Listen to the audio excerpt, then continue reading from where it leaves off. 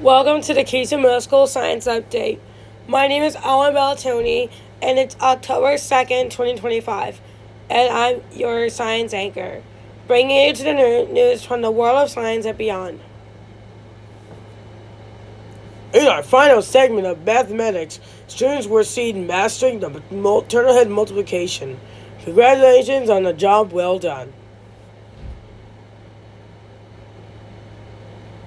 Now let's turn our attention to the main feature of the day, the launch of Science Unit of Ecosystems.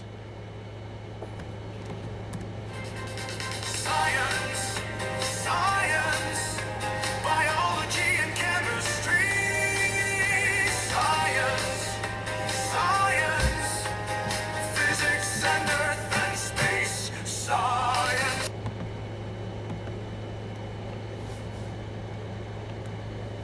In today's segment, we will see the community of interacting, living biotic and non-living biotic factors, like plants and animals, waters and soil, which are linked to energy and nutrient cycles. Our field reporters are ready in place, ready to make some excited discoveries. Stay tuned for more scientific breakthroughs. Now let's get to the lab.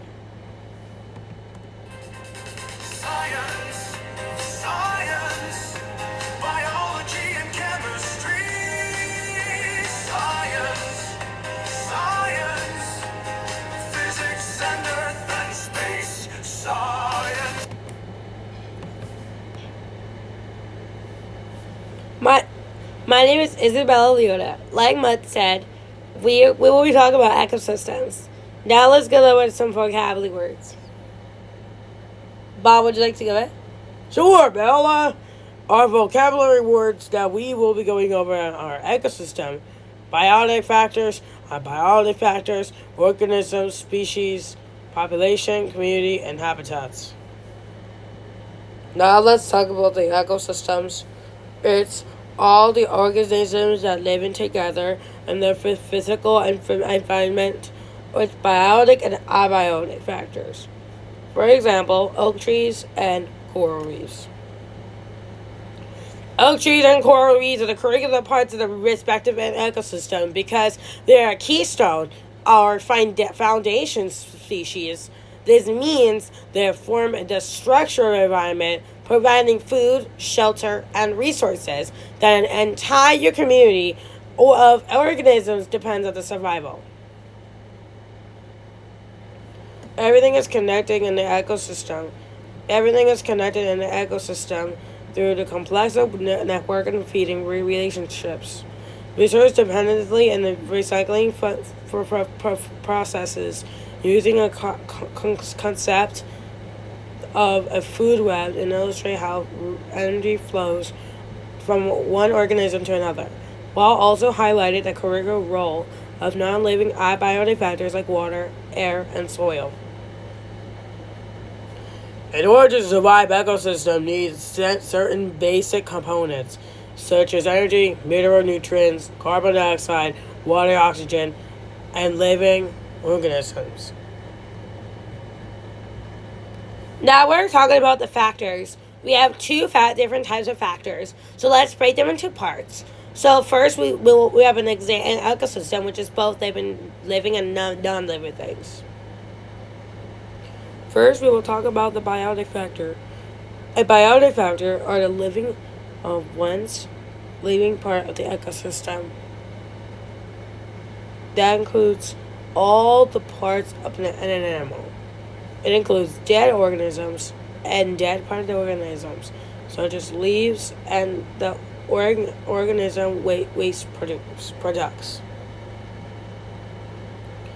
Dead organisms and dead parts of the organisms and waste products are considered biotic factors because they originated from living things and are critical food source from decomposers. They continue to influence the ecosystem, proving their importance even after the life that creates them is gone. Now for the abiotic factors. Are the non-living parts of the ecosystem, and abiotic factors includes air, water, rocks, sand, light, and temperature.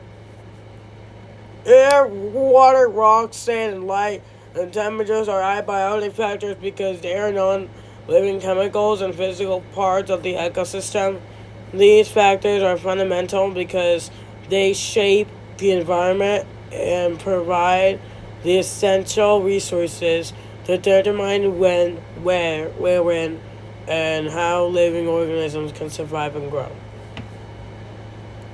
An ecosystem is organized on a hierarchical structure from the smallest individual organism all the way up to the entire biosphere.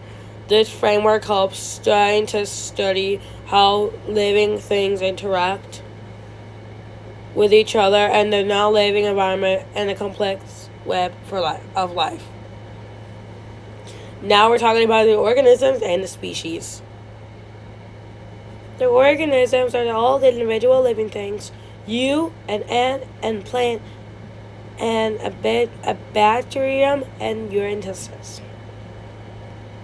Species are in a group of organisms that can produce fertile and offsprings.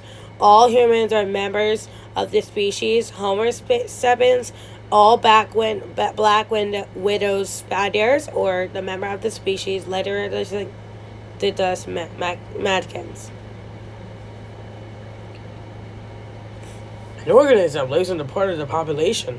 A population is all the members of the field and the scientist species that lives in the same place at the same time. For example, all the fields, mice, and the cornfield makes up one population of a field mice. Well, scientists, my name is Ian Brown. It is time to put down the beakers of textbooks. We're exercising our brains, and now it's time to get to the full body workout. Your next period is mindfulness.